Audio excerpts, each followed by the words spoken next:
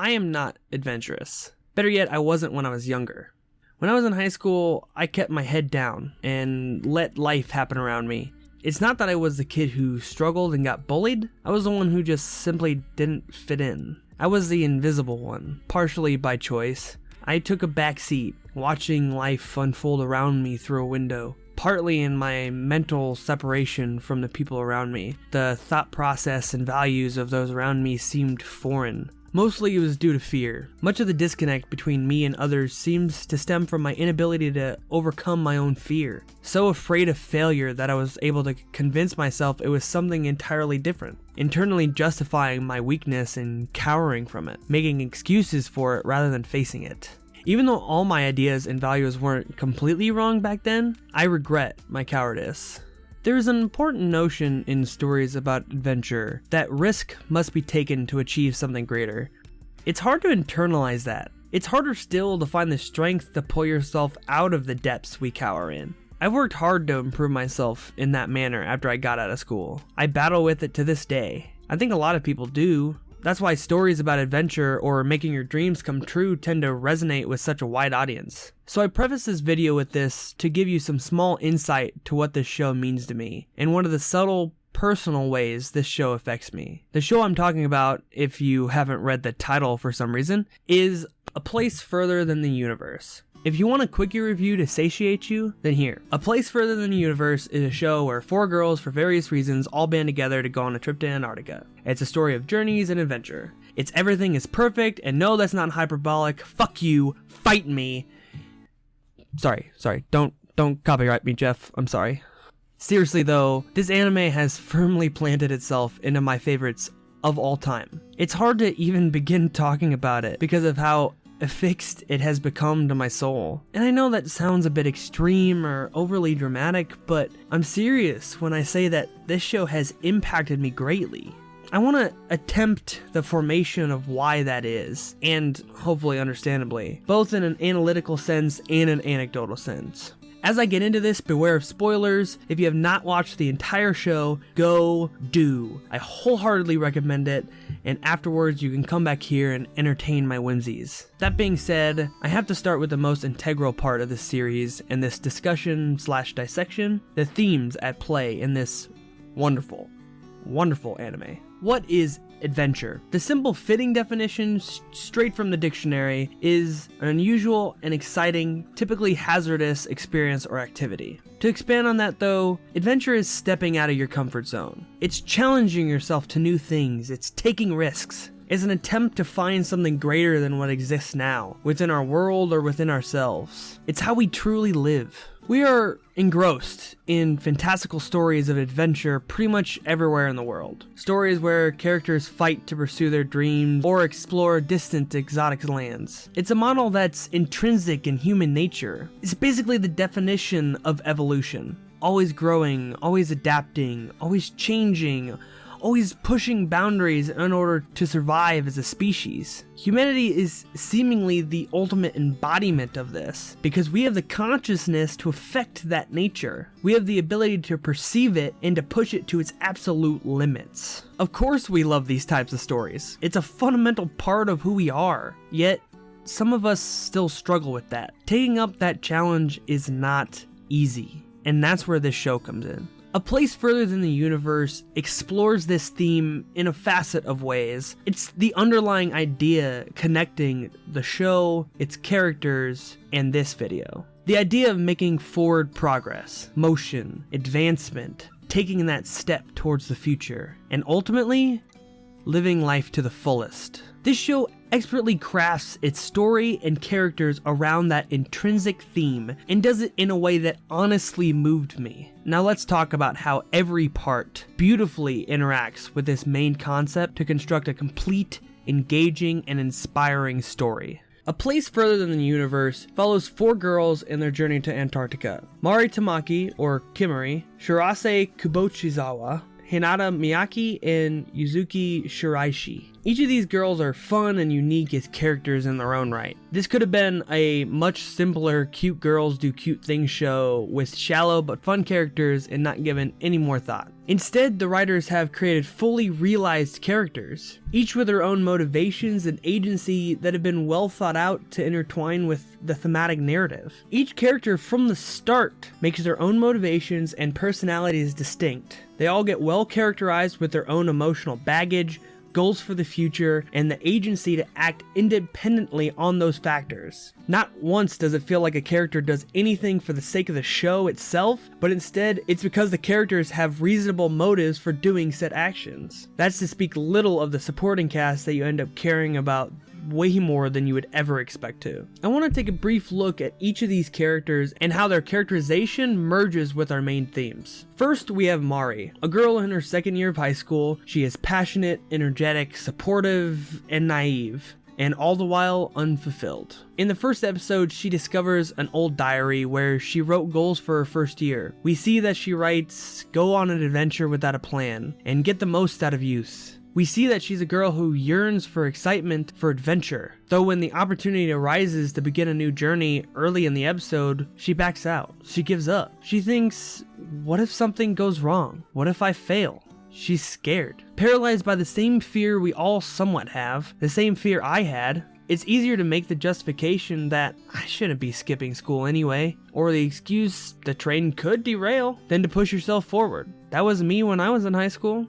Hell, that's me now. Although I think I'm more related to another one of the characters, but I'll get to that. Being able to justify or excuse or jump Olympic level mental hurdles to sidestep real forward momentum was my forte. Relationships are pointless in high school anyway. I'm not really interested in any clubs. Isn't it a bit dangerous to do this? Easier to put myself on a baseless metaphorical high ground than to risk anything to experience life. She, at least, isn't lying to herself. That much anyway. So we have our sympathetic, relatable protagonist who is stuck. But then she finds inspiration from Shirase. Mari sees her running forward with a goal in mind.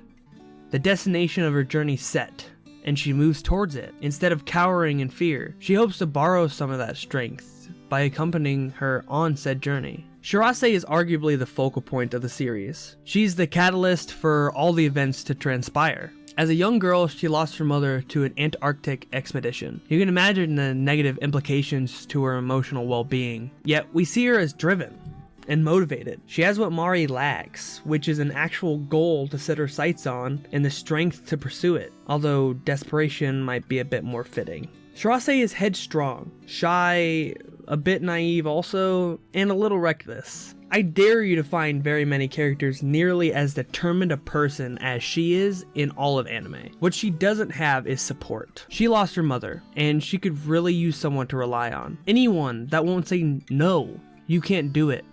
Give it up. That's where the relationship between her and Mari begins, as a trade. These two are actively what the other one needs to accomplish their own goals. But they both need help to stay grounded though, from someone with a little sage advice. In comes the juggernaut of wisdom, Hinata Miyake. Hinata from the start has been the one atop the best girl hierarchy of characters for most of us watching. Her waxing philosophy, excitedly pushing the group forward, and just being a giant ball of awesome. From the get-go, she has no reservations about making the leap to go to Antarctica. On the surface, she even seems like Mari in a lot of ways, just wanting a change of pace to make the most out of her last years before she has to focus on exams. She's full-on Genki along with Mari early on. She's free-spirited, but she has this interesting philosophical side to her. Like she's had a lot of time to think and observe her surroundings instead of blindly participating in them. Which with subtle cues in acting and directing, we get hints to something underneath the surface of her character in service of this, which is a small part of the vast array of foreshadowing and symbolism weaved throughout. We'll get to that. Hinata is an immediately enjoyable character and fun to watch interact on screen, but is given legitimate motivations, history, and goals for her to act upon than she does, with a lot more upfront confidence than the rest of the cast. To round out the cast, we meet Yuzuki Shiraishi, a young and popular actress who is being forced to go to Antarctica as a show host. She, as a successful actress since the age of 4, has been pulled away from traditional life and friends ever since. That's where we get her motivation and interaction with the story. She may look calm and responsible, but she's been detached from any real human connections. What she desires is that bond, the one that she feels makes life infinitely more enjoyable, which she obviously gets through the rest of the cast of our characters. Interestingly enough, all the characters are loners in their own respects who need this connection, but I'll get to that. It's weird how some may underestimate the weight of that lack of connection, that lack of a meaningful relationship. For me, it wasn't because I was ostracized or too busy with life, but I didn't have any of those close relationships in my younger days. More out of a lack of confidence and another consequence of my own internal fear and struggle. And when you feel utterly alone, I can tell you from experience, all you truly crave is those bonds. Someone who knows you inside and out, someone who will support you in your risky endeavors, and someone who will slap you in the face and keep you in check when you go off the rails. Right? The way they fit into the narrative theme of adventure is just another facet of its brilliance. Mari wants to break from her stagnant pool and flow freely. She thirsts for excitement and motion, the need to live her life to the fullest while she can, to drink in the world around her and the experiences she gains along the way, tackling the fear that we must all initially overcome to get to that place that is a proper adventure. Shirase has that goal and destination set, with the determination required to make it a reality. Yet she's alone, perhaps too focused on the endpoint of her journey rather than the journey itself and others around her. While her situation, though, is entirely understandable and very realistic as a character, she's unable to move on, looking for closure in a bottomless pit of despair. Hanana also wants to move forward and experience life. As much as it's to venture towards the future though, it's equally an effort to run away. She, unlike Shirase with her future, is too clouded by the past to be true to herself in the moment. Then there's Yuzu, who just wants friends. More than that though, her desire is what brings about the clarity of these themes. The need for a real connection drives the importance of those close relationships. Because none of these girls could do or be as much without each other. They all depend on and support each other in ways that help guide them through the stormy seas, to appreciate the beauty of the journey. I haven't seen bonds between friends as meaningful as this since I watched K-On! Each character has their own internal struggle to battle with, but they all need adventure. They need, like we all do, to push themselves forward and experience what life has to offer. And the story that ensues around that is utterly captivating, simultaneously heartwarming and breaking. The narrative that causes each person to face their demons, all to grow and lead a genuinely fulfilling life. What the story of this group indicates is the importance of adventure and the act of moving forward in life, taking risks and not cowering in fear, to face your storm head on together. Look, I'm not sure how to write this all concisely and effectively. I've been thinking about it a lot on how to write this portion. But simply put, these characters are fantastic. They're fun, unique, hella relatable, while being fully realized to boot. They each have their own stories to tell while having this adventure and growing friendships. They are believable and you care about each and every one. And they're all best girl, damn it. I haven't even touched on the side characters yet. Dear Lord. First off, every single person on that boat you care about at least a little bit. How? Just how they managed to make me care about 30 extra characters in half an episode? Hell, in one flashback is beyond me. I can at least attribute it to those flashbacks where we clearly see that these people are no different than the main 4 girls and subsequently no different from us. We're all human, so when we see that they have the same struggles and the same passion and determination, how do you not root for that? The primary characters like Gin just that much more. Secondly, the last one worth talking about is the traitorous shitbag herself, Megumin. I actually happen to think she gets a bit too much flack for actions from my fellow anime watchers. Not because everything she did wasn't awful, but because I understand her a little too well. Megumin is the character that is quite possibly the me of this story. Again, not because of the despicable acts, give me a little credit, but because I get where she's coming from. She's getting left behind. We come to discover that she's just as stagnant as Mari, just as dependent on the relationship as Mari was. So when Mari finds the courage to break free of that cage, Megumin feels even more boxed in. She's starting to feel completely alone. Come on, of course that was me. Like I said, I didn't have those close friends in high school. I wasn't taking any risks at all. I was hiding, and I was a little resentful. I felt those agonizing pangs of loneliness, of getting left behind by everyone around you. Everyone seemed to be able to move forward but me. That's why I needed that pedestal to rest my psyche on to make it through that. Because if I wasn't in any way smarter or better than the people around me, then what excuse did I really have? I wasn't ready to face that reality yet, and neither is Megumin. That's why she acts out of jealousy. And also because she isn't ready to face that reality, that she isn't better than anyone, even Mari. Though she was at least strong enough to own up to it and to try to move on. She just did it in the wrong way. So in the end, breakup denied. This story revolving around this group's journey is surprisingly grounded for a show set for Antarctica. And maybe the concept of adventure is a common one in stories, but few execute on it as well as this one does. The story starts with a simple premise. Take me somewhere that is not here. We have a cast of characters set for Antarctica, each one for a different reason, and each character arc develops effortlessly, to say nothing of the directing, yet. We get a grounded story of a group of passionate people who set off with a dream to reach the place further than the universe. Where this anime shines is in its structure of each episode and the execution of that. Each episode has an impact. Every single episode gives you some form of resolution or progression in the growth of our characters and their journey. It's like Muhammad Ali is there giving me a steady stream of gut punches. There's no long-winded wind-up. Everything is just as long as it needs to be, and throughout their whole journey, they deliver on causing me internal bleeding. Let's give you some examples of how every episode has a powerful impact and how it's all through the same adventurous lens. Episode 1. It begins, we get solid introductions to our first two main characters and the premise, with subtle hinting towards the third little lady to join the party. We're seeing from Mari's perspective, perhaps because it's the most relatable to the widest audience. We all experience that fear of failure to some extent. You already know mine, but she has tried and failed. Yet, with Sora giving her inspiration, that's finally gonna change. We see her overcome her initial fear for the first time. Cool, I'm hooked. What you got now, show? Episode 2.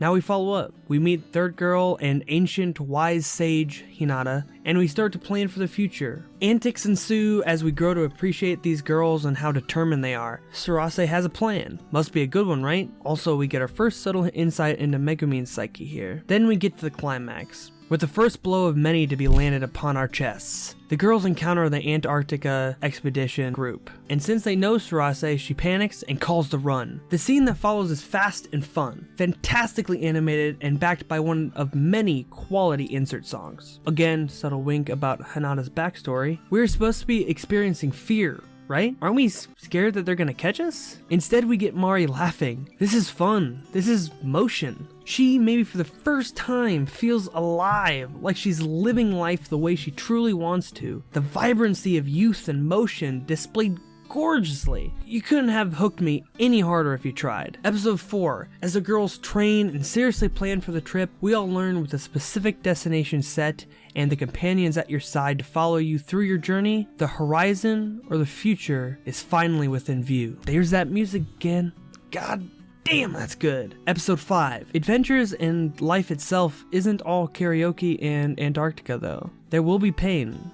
There will be struggles. Sometimes you have to leave things behind to move forward. And when you're the one getting left behind, you realize you're the one actually stuck. The climax brings a bat to Mari's and our hearts. For a girl who would give up because a plane could crash, these kind of dramatic problems should be able to rip away her confidence to move forward, with a better excuse than ever, right? But Mari's finally grown, and Megumin needs to as well. But there's no reason they have to do it apart forever though. Episode 6, it's okay to rely on others. This is what real friendship looks like. A powerful declaration of the growth Shirase has seen in just 6 episodes. Episode 7, the singular episode it took me to care about this whole goddamn crew, growing our understanding of the captain and Shirase and connecting us all. Shirase realizes this right before her erratic speech. All these people are just like her, with burdens they bear but still determined to make their dreams a reality. And then her speech gives us that emotional gut punch of a resolution. We're here, taking the first step, setting off on our journey. Episode 8, the ship is finally at sea. The girls are adjusting to their new lives with the crew, and we see them learning how things operate. It's a calm episode. Like most others, the first half is a slow build-up where we get to enjoy the group's interactions and experience these events through their eyes. Then twist. Things aren't all hunky-dory anymore. They encounter some of the early hardships of their journey. We get this moment beforehand where Shirase says, "We just have to do our best. We don't have a choice at this point." And we see Mari cock her head. She seems a little confused, like she doesn't really understand that statement. Then later, as they're reeling from the rough conditions of the storm, she says it again. But this time Mari speaks up. We did have a choice. We chose this. The subtle difference in perspective here might be easy to miss, but after we get that hilarious gag to undercut the dramatic moment from Hinata, we understand the nuance here when they open the door to the deck. Just as you don't cower from fear, you don't resign to it either. You don't allow whatever happens to happen. The point is to make your decision and face the storm head on, determined to make it to your destination no matter what. Again, sold with an amazing insert song that we will be talking about shortly. Episode 9, alongside learning and empathizing with Gin and the crew even more, we get the resolution to the people telling us we couldn't do it, telling us it was impossible, telling us it was pointless, plus validating our determination for facing the storm from the previous episode. We made it. In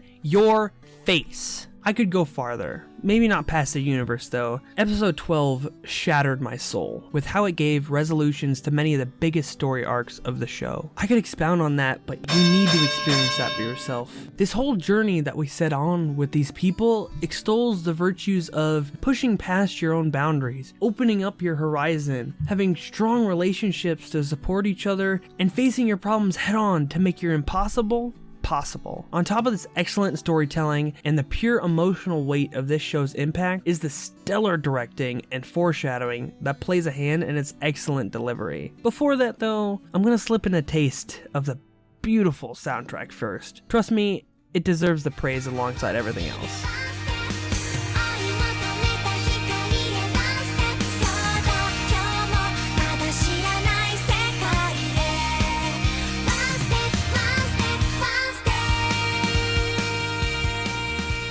Whew, that's good. I'm not especially trained in the fundamentals and inner workings of music. When talking about it, all I can really muster is, "That sounds awesome," or "That's sad," that kind of generic crap. When listening and trying to dissect the delectable insert songs of this show, here's the best I can do. Most of the major ones are very upbeat.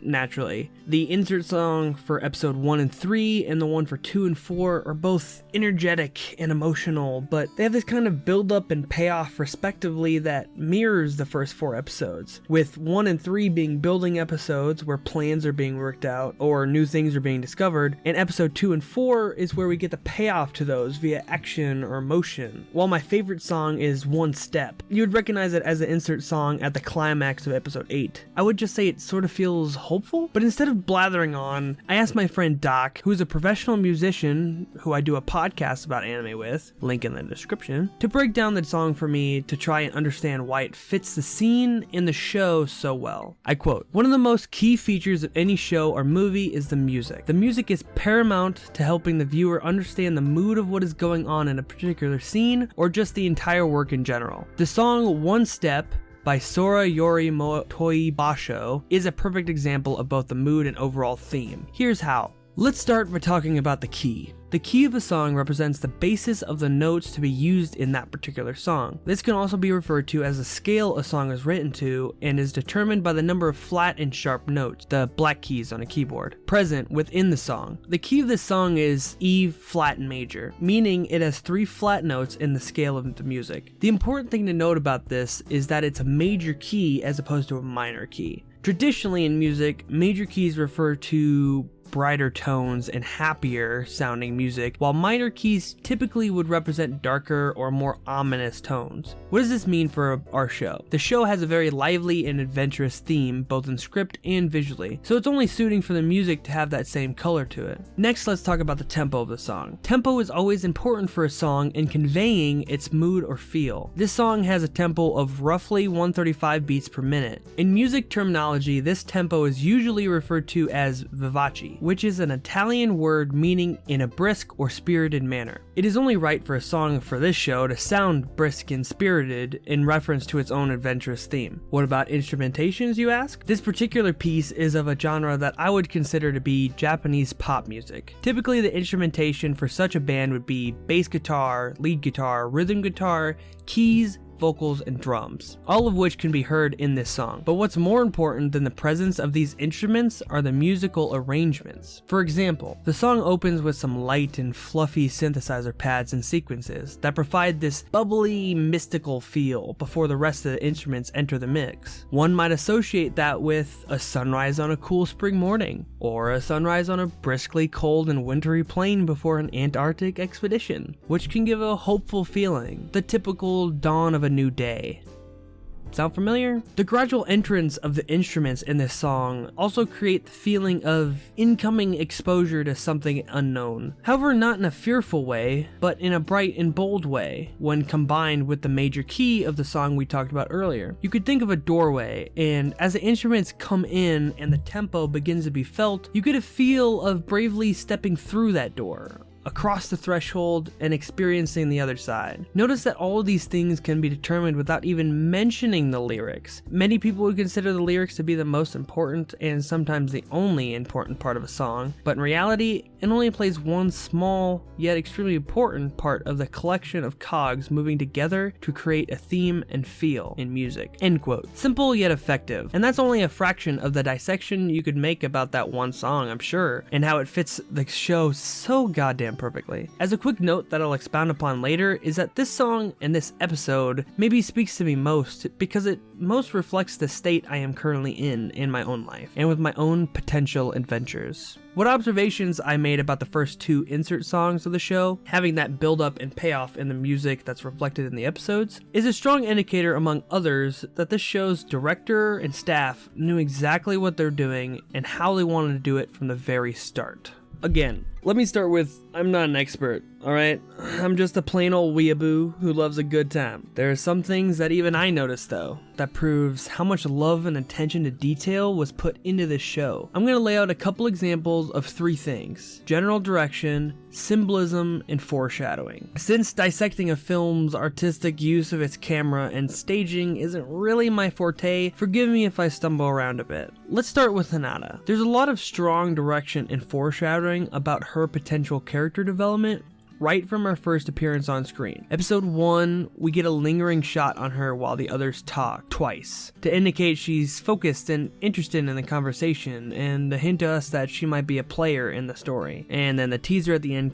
all but confirms that. Episode 2, when they are talking about potentially missing school and needing money, Hinata gives a flashy "it's okay" and then turns away. And the camera lets her leave. All the while, she's briefly glossing over her past. It stays at her feet and doesn't show us her face or her true emotions. And when it does, it's cast in shadow, implying that there's something she's hiding. We get intermittent shots of her running shoes, which are banged up but never being worn, plus the offhand foreshadowing from episode 2 that she's a really fast runner indicates her probable high school hobby. The fact that it isn't being shown or told outright tells us that it might be a part of what she is trying to hide. Then you get the entirety of episode 6, which pokes the bear, and then episode 11 that deals with it outright. Lastly, some people propose that it's ridiculous that the girls keep focusing Surase to be in front of the camera instead of taking turns and the like. And while Mari actually does take her turn in front of the camera, keeping Hinata behind the camera is pretty brilliant if you ask me. She's literally hiding behind the camera, the same way she hides her emotional baggage with an excess of goofiness and philosophy. Next, Megumin. Her breakdown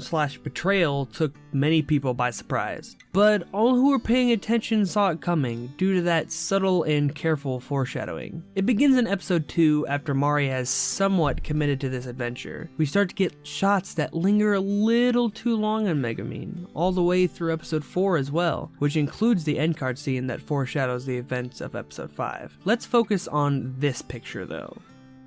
At this point, Mari is confirmed to be leaving on a trip. She has become too busy to hang out with Megumin as much, and we see her leave the frame to go to work. Here we see the physical manifestation of Megumin as I described her character earlier, utterly alone, feeling like she has lost the only thing that was in her life, aka the only thing that used to be in frame, encapsulating the feeling that she's getting left behind, and this superiority she felt over Mari disappears. You notice she's always framed in front of Mari in the classroom, signaling the mental dominance hierarchy. It represents the comfort she took in feeling better by taking care of Mari, but Mari is growing and she isn't. So without Mari sitting behind her to frame herself as ahead, she now has nothing, no excuse but thin air, which brings her to her realizations in episode 5, all from one simple frame. And there's more to corroborate that, like the end scene of episode 4 where she is again alone in the same coffee shop as we've seen her in earlier. There's a big difference though. There used to be other people around in the shop, but this drives home the feeling of loneliness and abandonment she feels. Then a couple overarching and seemingly random tidbits of symbolism and foreshadowing I noticed. Many of the portions of the show up to at least episode 8 have this motif of opening windows or doors, which is a common symbolic gesture of the window of opportunity, the door to the future type stuff, so it's understandable. We see it consistently present that concept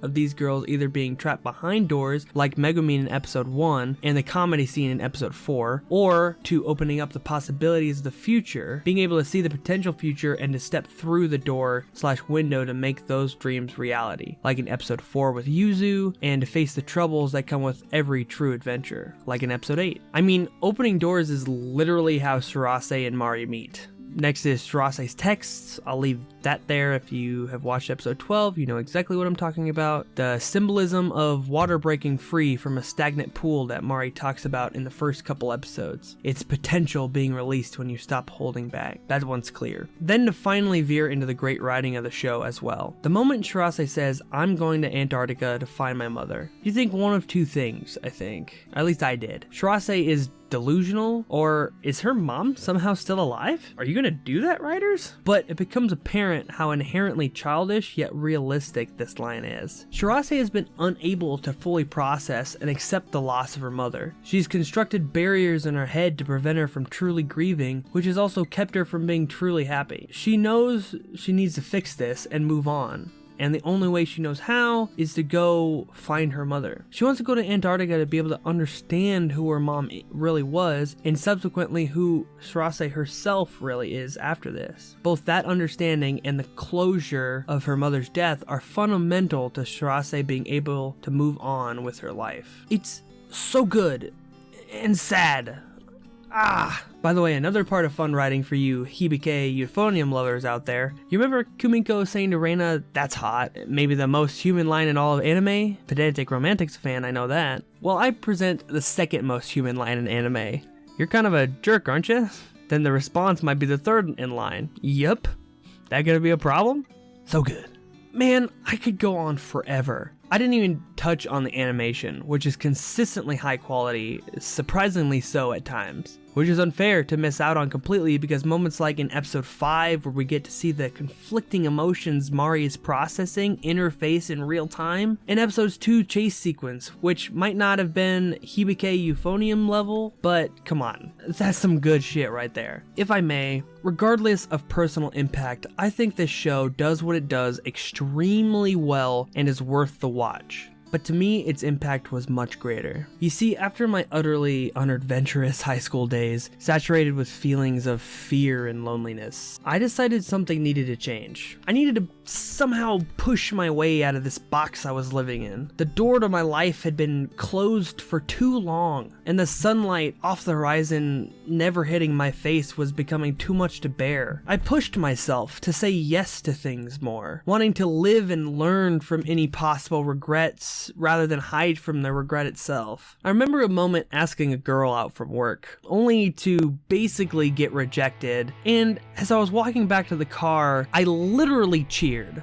I must have looked like an idiot fist pumping to the open air, but the whole process was just symbolic, that I was growing. That my door wasn't locked from the outside like I used to think. I took opportunities that may be small in scale but massive in terms of potential growth. I took a promotion into leadership at my new job without any previous experience in it, or comfort for that matter, and that led me to meet some of my closest friends to date, including the one who wrote this music section to this video. Forcing myself to step outside my comfort zone to interact with him and others more often, forgoing excuses and actually doing something rather than existing exclusively in front of my computer. I have grown through asserted effort on my part and a little bit of luck. But does that mean I'm finished growing? Will I ever be? That's what we strive to do, right? Live up to our potential? Grow? Who knows what that even is, but we can't find out without opening that door and going on an adventure. Many problems and fears plague my mind and soul to this day. Sometimes, or maybe most of the time, we feel alone in our struggles and unsure why we can't solve these problems we live with. I have to some extent, of course. But this show,